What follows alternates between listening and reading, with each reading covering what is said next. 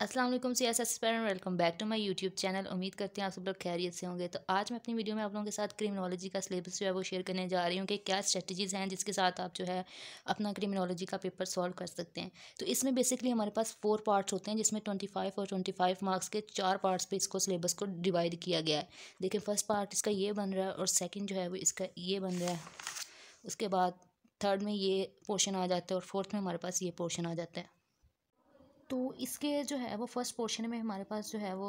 सबसे पहले वो इंट्रोडक्शन जो है वो, उसके बाद अंडरस्टैंडिंग क्रिमिनोलॉजी है, क्राइम एंड क्रिमिनल्स है, क्राइम एंड क्रिमिनलिटी है, जो उसकी जो है वो थ्योरेटिकली उन्होंने जो है वो पर्सपेक्टिव्स को बयान किया गया है, जो कि वो पेपर में किसी भी थ्योरी के लिहाज से वो या उसके स्कॉलर के लिहाज से पूछ सकते हैं। तो अगर इंट्रोडक्शन की बात करें तो इसमें basic concept use in understanding crime. तो बेसिक कॉन्सेप्ट कौन सा है जो क्राइम में यूज़ किया जाता है, उसके बारे में जो भी इंफॉर्मेशन है वो जो है वो इसमें कॉन्सेप्ट को क्लियर करने के लिए जो है वो करेंगे। उसके बाद क्रिमिनलिटी एंड क्रिमिनल बिहेवियर जो है वो क्लियर करेंगे। उसके बाद अंडरस्टैंडिंग क्रिमिनोलॉजी, इसमें अंडरस्टैंडिंग के लिए जो है उसमें डेफिनेशन आ जाती है, इसका मीनिंग आ जाता है, स्कोप ऑफ क्रिमिनोलॉजी आ जाता है, क्रिमिनोलॉजी एंड क्रिमिनल लॉ जो है वो क्या है। उसके बाद crime as a social problem, इसमें डेवियांस आ जाता है, सिन आ जाता है, वाइस आ जाता है, इवल आ जाता है, इनके जो नाइब है, बुराई है या जुर्म है, ये सारी चीज़ें जो हैं वो इसमें इनका एनालिसिस जो जो है वो किया जाएगा। इनको आपस में जो है वो भी हम एज अ कंबाइन करके भी बता सकते हैं और सेपरेट वाइज भी जो है वो इसको पेपर में एनालाइज करके बताया जा सकता है कि क्राइम जो है वो बेसिकली किन किन टाइप्स पे या किन किन चीज़ों में जो है वो क्राइम को बेसिकली जो है वो किया जाता है, कि क्राइम जो है वो किन चीज़ों में आता है। अगर हम कोई बुराई कर रहे हैं तो वो बुराई जो है वो इस्लामी लिहाज से हमारे पास गुनाह है, लेकिन क्राइम लेवल पे अगर हम देखें तो वो गुनाह नहीं है कि जिसकी वजह से जो है वो पेनलाइज किया जाए, किसी को सज़ा दी जाए। तो ये जो है वो इसमें क्रिमिनल जो है एक्टिविटीज़ में जो है वो ऐड नहीं होगा। उसके बाद वैल्यूज़ सिक्योरिटी आ जाती है, वैल्यूज़ आ जाती हैं इसमें, सिक्योरिटी है, फिजिकल सोशल और इकोनॉमिक लेवल पे जो क्राइम्स किए जाते हैं वो सारी जो है वो स्ट्रेटजीज इसमें आ जाती हैं। इसमें थर्ड पोर्शन जो है वो हमारे पास क्राइम एंड क्रिमिनल का आ जाता है, कि ओकेजनल जो है वो क्रिमिनल्स क्या हैं, हैबिचुअल क्रिमिनल्स क्या हैं, प्रोफेशनल क्रिमिनल्स और वाइट कॉलर। इन जो सारी क्राइम्स है, मैं आपको टॉपिक वाइज जो है वो इनको डेप्थ में पढ़ाऊंगी। ऐसे में अगर आपको ऊपर ऊपर से बता दूं तो आप जो है वो इसको जो है अच्छे से नहीं सीख पाएंगे कि इसके अंदर क्या क्या चीज़ें और क्या क्या एक्टिविटीज़ आ जाती हैं सारे क्राइम्स में। अगर हम इसके फोर्थ पोर्शन की बात करें तो क्राइम एंड क्रिमिनलिटी है, इसका थ्योरेटिकल पर्सपेक्टिव्स या जितनी भी इसमें थ्योरीज आ जाती हैं कि हम इनको जो है वो आपस में लिंक करके कैसे एक दूसरे के साथ दिखेंगे, मतलब कि किस टॉपिक में हम किस जो है वो अपनी थ्योरी को अप्लाई करके जो है वो अपना एक अच्छे नंबर लेने की स्ट्रेटजीज़ को जो है वो फॉलो कर सकते हैं। इसमें देखें हमारे पास जो है वो बायोलॉजिकल थीरीज़ आ जाती हैं, फिर साइकोलॉजिकल और सोशोलॉजिकल थीरीज़ आ जाती हैं। सोशोलॉजिकल थ्योरी में आगे सोशल डिसऑर्गेनाइजेशन थ्योरी है, स्ट्रेन थ्योरी है, सोशल कंट्रोल थ्योरी है और लर्निंग है थ्योरी और लेबलिंग। इनके बाद जो है वो फिर इस्लामिक पर्सपेक्टिव से जो है वो डेविएंस और क्राइम को देखेंगे कि इस्लामिक जो है वो अगर शरई तौर पे या बाकी जो है वो इस्लाम के अगर हम रूल्स में देखें तो जो है वो क्या चीज़ हराम है हलाल में आ जाती है या हराम में आ जाती है, मतलब किस लेवल पे जो है वो क्राइम्स को कुरान पाक में जो है वो डिफ़ाइन किया गया है कि किन किन चीज़ों को अगर हम करेंगे तो वो एज अ क्राइम और एज अ बुराई जो है वो उसको देख सकते हैं या उसको बोल सकते हैं हम लोग। बाद अगर सेकंड पोर्शन की बात की जाए तो उसमें लाइन डेलिक्वेंसी आ जाती है, जिसमें इसका मीनिंग क्या है, डेफिनेशंस आ जाती हैं, बिहेवियर वर्स लीगल जो है वो लेवल्स पे इसका जो है वो इसको डिफ़ाइन करना है जुवेनाइल डेलिक्वेंसी को। उसके बाद juvenile delinquent verse status offender, मतलब इन सब को आपस में लिंक करके जो है वो इसका मुआवजा करना है, डिफरेंशिएट करना है इसको। उसके बाद जो है वो ऑफिशियल स्टैटिस्टिक्स ऑफ जुवेनाइल डेलिक्वेंसी, ये बेसिकली जुवेनाइल डेलिक्वेंसी जो है वो किड लेवल पे जो क्राइम्स होते हैं उनको जो है वो जुवेनाइल डेलिक्वेंसी में कंसीडर किया जाता है। उसके बाद जस्टिस सिस्टम है इनका जुवेनाइल का, मतलब कि हमारी जो अदलिया है, अदालतें हैं, वो इस चीज़ को क्या इस चीज़ में मतलब बताती हैं कि जो बच्चा अगर क्राइम करे तो उसको पेनलाइज किया जा सकता है या नहीं, कितनी एज तक जो है वो अगर बच्चा क्राइम करता है तो वो जो है वो जुर्म की सज़ा जो है वो पा सकता है या नहीं पा सकता। फिर जी इसमें आ जाता है रोल ऑफ पुलिस, आ जाता है जुवेनाइल कोर्ट्स आ जाती हैं सारी इसमें, फिर प्रिट्रेयल ट्रायल एंड सेंटेंसिंग यानी कि सज़ा जो है वो अगर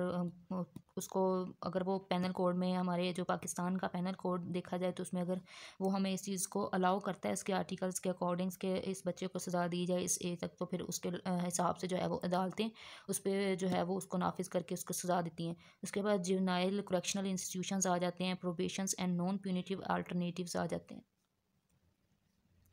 उसके बाद इसका अगर हम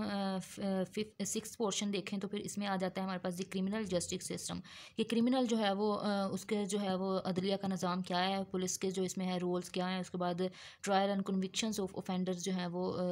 इसकी क्या है। फिर इसमें एजेंसीज आ जाती हैं फॉर्मल एंड इनफॉर्मल बेस पे, जो फिर उसके बाद जो है वो क्रिमिनल कोर्ट्स आ जाती हैं, इसमें उनके प्रोसीजर्स क्या हैं, उनकी प्रॉब्लम्स क्या हैं, इनके जो प्रोसीजर्स हैं, फिर उनको जो भी उनके उनमें प्रॉब्लम्स आती हैं उनको कैसे जो है वो किया जाए, तो इसमें सारे जो है वो इन एक्टिविटीज़ को लिखना है हमें। उसके बाद प्रिसन्स आ जाते हैं, प्रोबेशंस एंड पैरल आ जाते हैं, उसके बाद जो है वो punitive and reformative treatment of criminals. उसके बाद जी punitive and reformative treatment of criminals. Eighth portion में फिर हमारे पास कॉर्पोरल पनिशमेंट आ जाती है, इम्प्रिजनमेंट आ जाती हैं, फिर रिहैबिलिटेशंस ऑफ क्रिमिनल्स आ जाती हैं। उसके बाद अगर हम इसका थर्ड पोर्शन देखें तो इसमें भी 25 मार्क्स का है जो है वो, इसमें से भी एक या दो क्वेश्चन आएंगे जिनमें से हमें एक ही करना है। इसमें अगर इसका फर्स्ट जो देखा जाए तो इसमें क्रिमिनल इन्वेस्टिगेशंस आ जाती हैं। अगर देखा जाए तो इसका फर्स्ट सेकंड और थर्ड तीनों जो है वो बेसिकली हमारे पास इन्वेस्टिगेशंस की जो ट्रिक्स हैं या उनकी जो स्ट्रेटजीज़ हैं या किन एक्टिविटीज़ को फॉलो करके जो है वो इन्वेस्टिगेशंस की जा सकती हैं, तो ये तीनों जो हैं वो इन ऑलमोस्ट आपस में लिंक कर रही हैं, या मतलब अगर हम कहना चाहें तो ये तीनों पोर्शन जो है वो इन्वेस्टिगेशंस के मुतल्लिक ही हैं। अगर क्रिमिनल इन्वेस्टिगेशन देखें तो इसमें प्रिंसिपल आ जाते हैं कि क्रिमिनल इन्वेस्टिगेशंस के प्रिंसिपल्स क्या हैं, उसका फिर मैनुअल क्रिमिनल इन्वेस्टिगेशंस आ जाती हैं, इंटेलिजेंस ऑपरेशंस आ जाते हैं कि मतलब आईए के जो हैं वो अदारे कैसे जो है वो क्रिमिनल्स को जो है वो फाइंड करते हैं, फिर उनको जो है वो उनकी कंट्रीज़ के हिसाब से बताते हैं कि भाई आपके मुल्क में जो है वो ये बंदा ये क्राइम करने वाला है, तो पहले से जो है वो इंटेलिजेंस जो एजेंसीज होती हैं वो अगले बंदे को आगाह कर देती हैं अगले कंट्रीज़ को। जो अगर इंटरनेशनल लेवल्स पे देखा जाए तो जो है वो ये एजेंसीज जो हैं वो जिस कंट्री में क्राइम होना हो तो उनको पहले ही जो है वो बता देती हैं इस चीज़ के बारे में। तो फिर डेटाबेस जो इन्वेस्टिगेशंस जो हैं वो डेटाबेस इन्वेस्टिगेशन बताई गई हैं, फिर इलेक्ट्रिकल इन्वेस्टिगेशंस है, फिर फोरेंसिक इन्वेस्टिगेशंस हैं। अगर इसके बाद सेकंड की बात की जाए, सेकंड पोर्शन की, तो इसमें टेक्निक्स ऑफ इन्वेस्टिगेशंस है, मतलब कि क्या टेक्निक्स हैं इन्वेस्टिगेशन करने की क्राइम को जो है वो उसकी जितनी भी है सबूत को हासिल करने के लिए कि ये क्रिमिनल है भी कि नहीं, क्राइम कर रहा है भी कि नहीं, तो उसकी जो है वो टेक्निक्स जो है वो इन्वेस्टिगेशंस की बताई गई हैं इसमें। इसमें गैदरिंग इन्फॉर्मेशन फ्रॉम पर्सन आ जाता है कि उससे जितनी भी इन्फॉर्मेशन है अगर उसको कलेक्ट करें तो हमें उसकी बातों से जितने भी सबूत मिलेंगे तो वो हमारे पास एज ए इन्वेस्टिगेशन और हमारे पास एज अ प्रूफ जो है वो आ जाते हैं। फिर उसके बाद इंटरव्यूइंग एंड इंटेरोगेशंस टेक्निक्स आ जाती हैं, फिर क्रिमिनल इन्वेस्टिगेशंस एनालिसिस आ जाता है, जो है इसमें जो है वो एनालिसिस भी करना है। तो अगर आप जो है वो इन सारी स्ट्रेटजीज़ को लिंक करके एक दूसरे के साथ जो लिखेंगे ना, तो आप इसमें जो है वो क्रिमिनोलॉजी के पेपर में जो है वो बहुत अच्छे मार्क्स जो हैं वो ले सकते हैं। उसके बाद अगर इसका थर्ड पोर्शन देखें तो लीगल एंड एथिकल जो है वो इसकी गाइडलाइंस आ जाती हैं फॉर इन्वेस्टिगेटर्स के लिए। फिर इसमें जो है वो स्टॉप एंड फिरसिक ऑपरेशंस आ जाते हैं कि मतलब स्टॉप एंड फिरसिक अगर किसी बंदे को शक है कि ये दहशतगर्द लग रहा है या शक्ल से कुछ लोग होते हैं उनके जो है वो क्राइम लगते हैं कि ये क्रिमिनल पार्टनर्स हो जाते हैं, तो उनको रोका जाता है, फिर उनकी तलाशी ली जाती है, उन पर ऑपरेशंस किए जाते हैं इन्वेस्टिगेशंस के। फिर उसके बाद जो है वो अरेस्ट प्रोसीजर्स क्या है इसका कि किस एक्टिविटीज़ को करके या हम स्ट्रेटजीज़ को अपना के जो है वो हम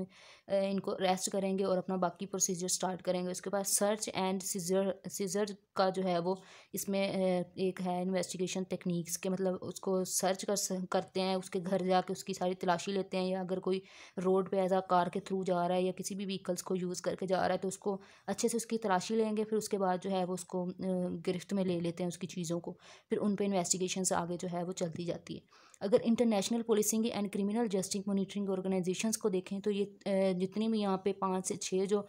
बताई गई हैं ये इंटरनेशनल लेवल्स की एजेंसीज हैं जो आपको ग्लोबल वर्ल्ड में जितने भी क्राइम्स मतलब हो रहे हैं तो उनके बारे में जो है वो ऐसा पहले ही बता देते हैं कि जो है वो इस कंट्री में ये क्राइम होने वाला है, या किसी भी जो है वो आर्टिफिशियल इंटेलिजेंस एजेंसीज के थ्रू जो है वो उनका पता लगवाते हैं, फिर उस कंट्री को जो है वो वॉर्न करते हैं कि आपके इस इलाके में, इस मुल्क में जो है वो ये क्राइम होने वाला है, तो पहले से उनको वॉर्न कर दिया जाता है।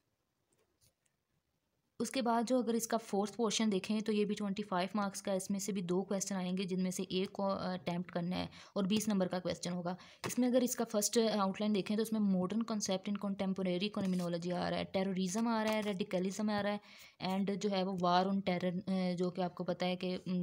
वार ऑन टेरर के, दहशत गर्दों की जो वार्स होती हैं वो किस तरह जो है वो क्रिमिनल एक्टिविटीज़ में हम इंक्लूड करेंगे, या उसकी जो है वो कॉन्सेप्ट कंटेम्पोरेरी क्रिमिनोलॉजी में क्या आते हैं।